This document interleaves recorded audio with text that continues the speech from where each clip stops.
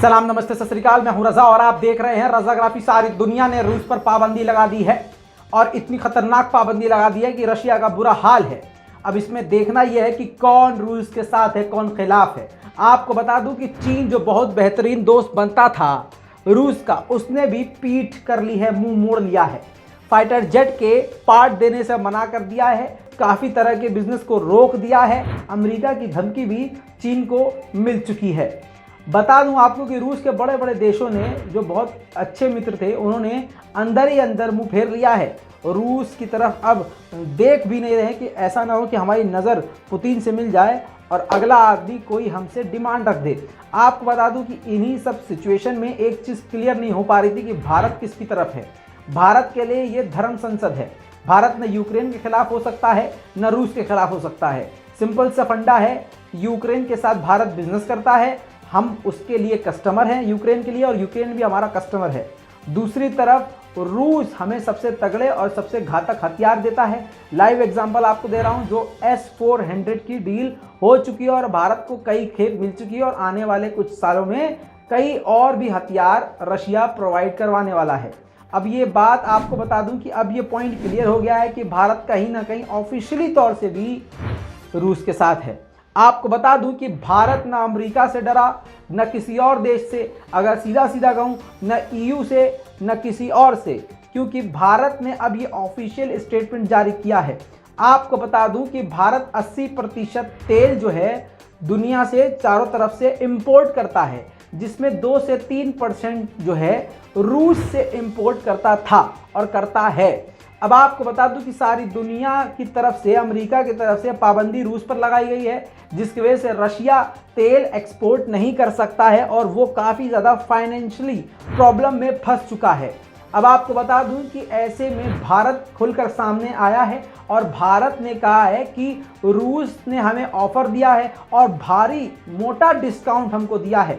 तेल के दाम आप जानते हैं आसमान छू रहे हैं। ऐसे में मौके पे चौका मारने के लिए भारत ने बैट संभाल लिया है और मौके पे चौका यह है कि भारत ने कहा है कि रूस से वो सस्ते दामों पर, और इसके अलावा तेल के अलावा, गैस तेल के अलावा और भी कई सारी चीज़ें हैं जो रूस ने भारत को हैवी ऑफर, बड़ा डिस्काउंट दिया है और कहा है कि हम आपको अच्छे से अच्छे और सबसे कम दामों में ये सब चीज़ें प्रोवाइड करवाएंगे।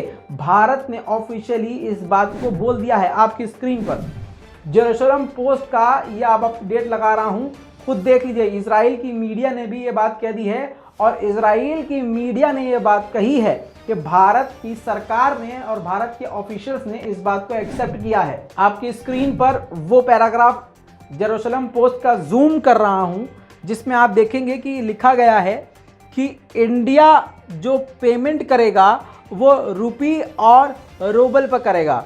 इसके अलावा आपको बता दूं कि ये 2 इंडियन ऑफिशियल्स ने ये बात कही है कि वेस्टर्न सैंक्शंस के बाद, रशिया के ऊपर इतने खतरनाक सैंक्शंस के बावजूद, भारत सोच रहा है कि रूस से तेल और दूसरी चीज़ें जिस पर डिस्काउंट रूस दे रहा है भारत को, वो हम ज़रूर लेंगे। दोस्तों, इसके अलावा ये आखिरी पैरा आप ज़रूर देखिए। Russia is offering oil and other commodities at a heavy discount. We will be happy to take that. We have some issue like tanker insurance cover. यहाँ पर आपको आसान तरीके से समझा रहा हूँ, इस पैराग्राफ को आप पढ़िएगा, समझिएगा और इसको समझा भी मैं देता हूँ। भारतीय ऑफिशियल्स ने कहा है कि हम वो ऑफर एक्सेप्ट करने को, सामान रूस से लेने को तैयार हैं। हमारे कुछ इश्यूज़ हैं ऑयल टैंकर को लेकर, इंश्योरेंस कवर को लेकर और 2-3 चीज़ें हैं, उनको लेकर प्रॉब्लम्स हैं, लेकिन वो हमारी खुद की प्रॉब्लम है। हम उसको सॉल्व करेंगे और उसके बाद रूस से ये सारी चीज़ें ज़रूर डिस्काउंट पर लेंगे।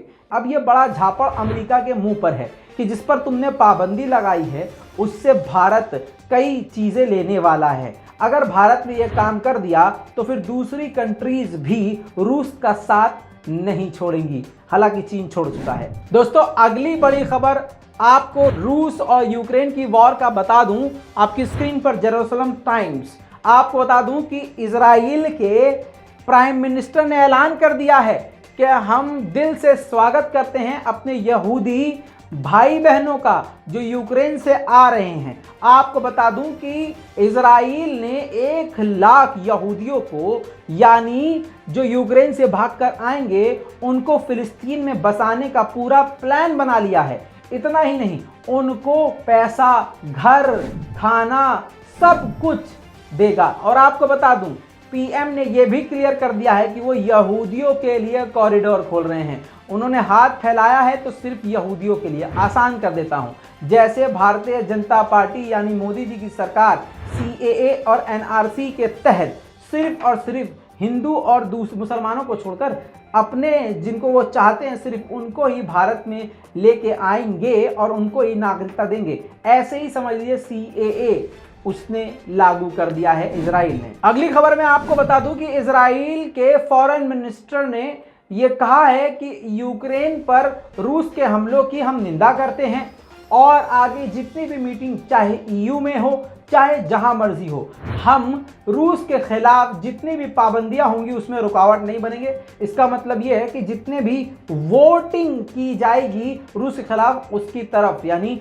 रूस के खिलाफ ही वोट डालेगा इजराइल। दोस्तों इसी के साथ एक और बड़ी खबर आपको बता दूं, एलन मस्क को कौन नहीं जानता है।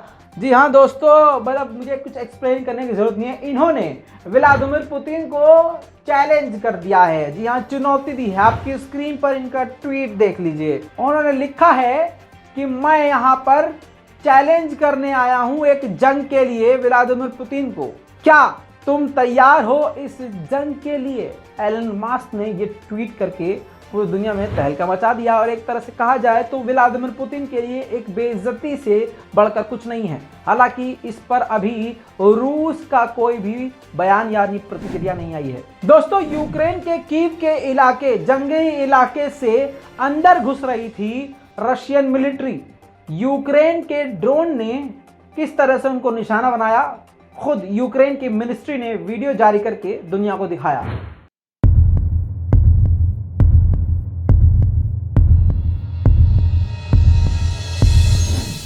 इतना ही नहीं दोस्तों, कायवीव के दूसरे इलाके में भी जहां जहां रशियंस ने चुपके अपनी पोस्ट बनाई है, ड्रोन के जरिए यूक्रेन के मिलिट्री उन पर घातक हमले करके तबाह उनको कर रही है।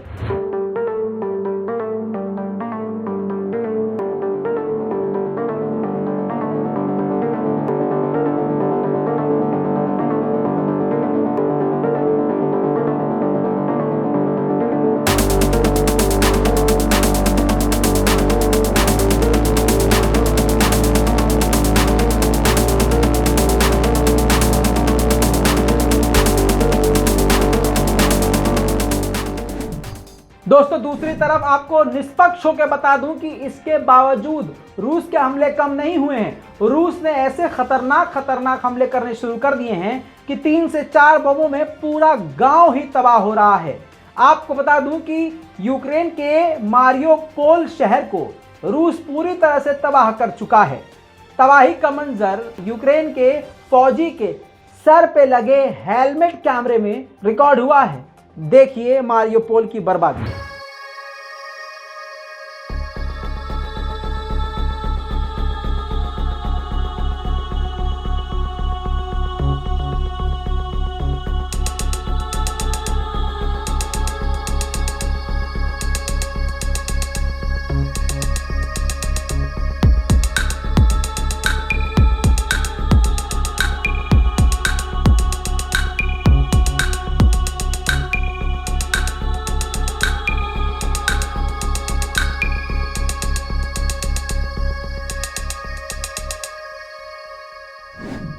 दोस्तों सबसे पहले मैंने ये एक्सपोज किया था, रजाग्राफी ने ये दावा किया था कि पूरी दुनिया से अलग अलग जगह से यूक्रेन की मदद के लिए पहले ही आर्मी पहुंच चुकी है। आपको बता दूं कि कनाडा से भी कई सारे सोल्जर्स पहुंचे हैं, फौजी पहुंचे हैं। अब आपको बता दूं कि जॉर्जिया से भी फौजी यूक्रेन पहुंच चुके हैं और यूक्रेन की तरफ से लड़ रहे हैं। अब आप कहेंगे रजा भाई सबूत क्या है, आपकी स्क्रीन पर ये वीडियो देख लीजिए। अब इस वीडियो में इस फौजी के बाजू पर जॉर्जिया का झंडा और यूक्रेन का झंडा साफ बता रहा है कि इन दोनों देशों की सेना मिलकर लड़ रही है। दोस्तों इसके अलावा दूसरी तरफ बात करें तो रशियन फौजी भी कई गिरफ्तार किए गए हैं और गिरफ्तार करने के बाद उन्होंने बयान ही ऐसे दिए हैं कि वो जंग नहीं लड़ना चाह रहे थे, उनको ज़बरदस्ती भेजा गया। बाकी उनकी उम्र से ही पता चल रहा है कि 20 से 22 साल की उम्र के लड़कों को भी रूस ने जंग में उतार दिया है। देखिए। Представляйся. Боенко Никита Юрьевич. 14 год рождения, 14 апреля 1996 года. Родился в Макеевке. И там же и вырос. Адрес проживания? Макеевка, микрорайон Зеленый, дом 51, квартира 36. Донецкой области, Украина. Как ты попался? Призван 24 февраля, мобилизован от института военкомат. दोस्तों रूस और यूक्रेन की जंग इस वक्त दुनिया की सबसे बड़ी और खतरनाक जंग बन चुकी है। आर्मीनिया अजरबैजान की जंग नहीं, अब ये जो जंग हो रही है ये टक्कर की हो रही है, क्योंकि भले ही यूक्रेन काफी छोटा मुल्क है लेकिन सारी दुनिया से उसे हथियार मिल रहे हैं, तो इसको ये नहीं कह सकते कि अरे एक तो बहुत बड़ा एक बहुत छोटा है। नहीं, बराबर का उसको बना दिया गया है। दुनिया भर के एडवांस हथियार उसके पास मौजूद हैं और इतनी कड़ी टक्कर रशिया को मिल रही है। अब आप इसी तस्वीर से देखिए, रशियंस की व्हीकल को, जंगी गाड़ियों को तबाह कर दिया है यूक्रेन के फौजियों ने। बम मारकर, मिसाइल मारकर, मोटरार मारकर गाड़ियों को तबाह कर दिया है रशियंस की। और रशियंस फौजी भी, ऐसा नहीं है कि सिर्फ यूक्रेन के फौजी ही भाग रहे हैं, रशियंस भी अपनी गाड़ियों को छोड़ कर भाग रहे हैं। दोस्तों मारियोपोल सिटी के अंदर रशियन टैंक को किस तरह से यूक्रेन की मिलिट्री दनादन निशाना बनाकर उड़ा रही है, देखिए।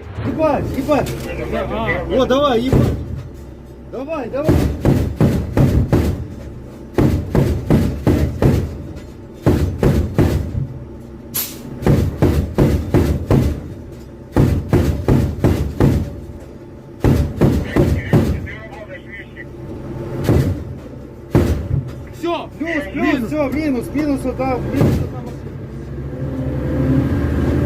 दोस्तों कीव में बहुत खतरनाक हमला आर्टिलरी शैलिंग करके किया है, तबाही मचाई है, जिसमें रूस के द्वारा यह हमला किया गया और इस हमले में बड़ा नुकसान होते हुए 3 लोग मारे गए हैं और कई घायल हैं। देखिए।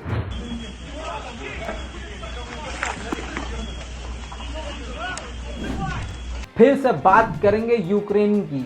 यूक्रेन की मिलिट्री जैसे अपग्रेड हो गई हो, ऐसा लग रहा है उनके पास एडवांस हथियार आ गए हों। दनादन रॉकेट और मिसाइल यूक्रेन की मिलिट्री उनके ठिकानों पर, यानी रूस के ठिकानों पर दाग रही है। देखिए।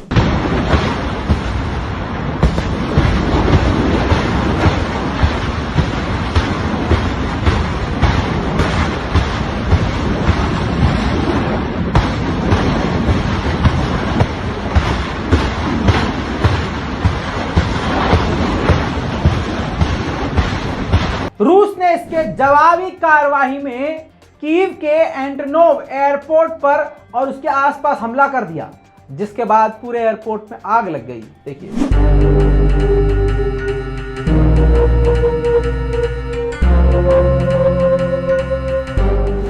रूस यहां पर नहीं रुका, 10 मिनट बाद उसने खारकोव के इलाके पर भी हमले शुरू कर दिए, जिसमें बड़ी तबाही सामने आई।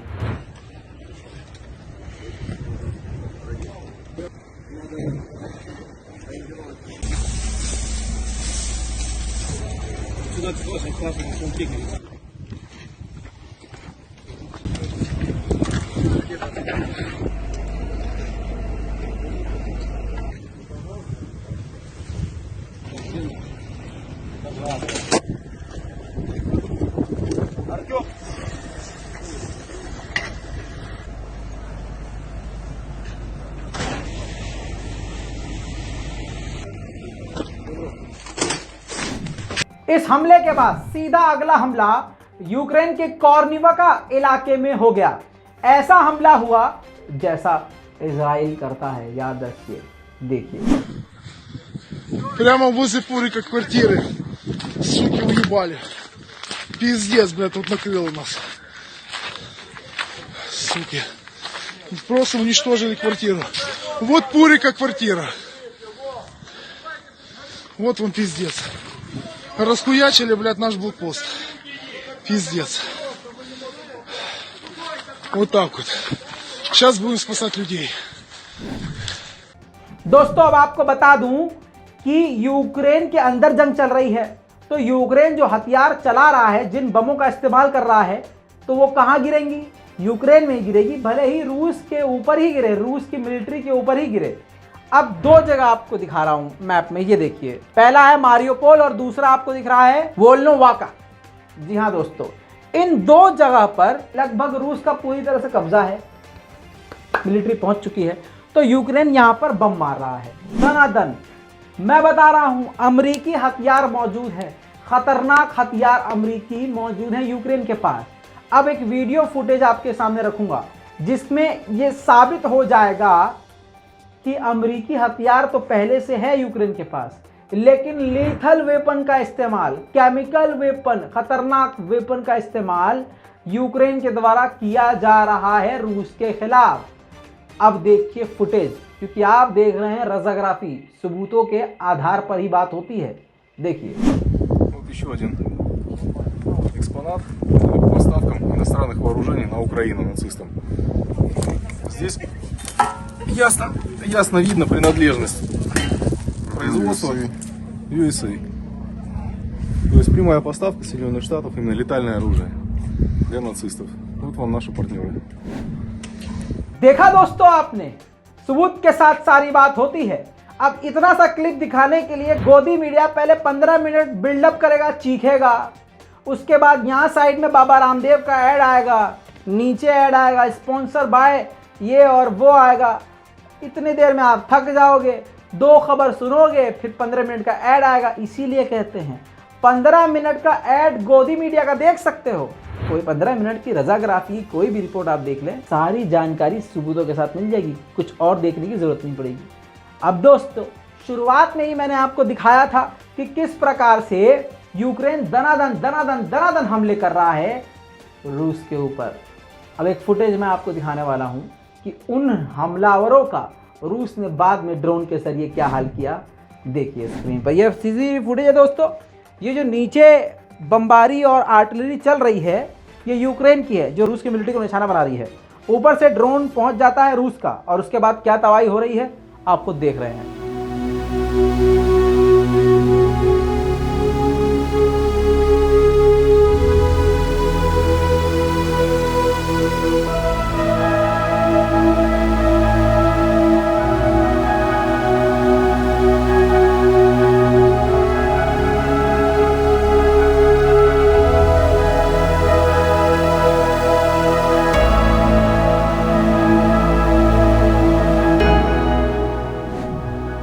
मैदान जंग का हाल बहुत खतरनाक है। हमारी दुआ है कि पूरी दुनिया में अब कहीं जंग ना हो और ये जंग जल्दी रुक जाए। खौफनाक मंजर दिखाऊंगा, शहर के अंदर आम लोगों के बारे में सोचिएगा कि उनका क्या हाल होगा कि गलियों में उनके टैंक घूम रहे हैं, रूस का टैंक यूक्रेन में तबाही मचाता हुआ।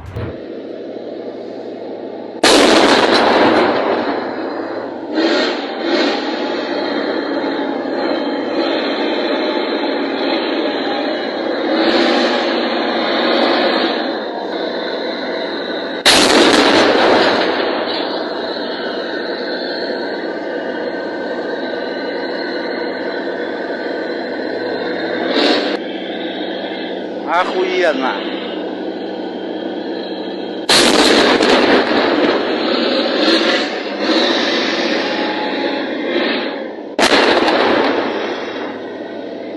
दोस्तों, इस पूरी रिपोर्ट पर आपकी क्या राय है वो बेहद जरूरी है। अपनी राय कमेंट में लिखिए, रिपोर्ट को शेयर कीजिए। मैं हूं रजा और आप देख रहे हैं रजाग्राफी। जय हिंद।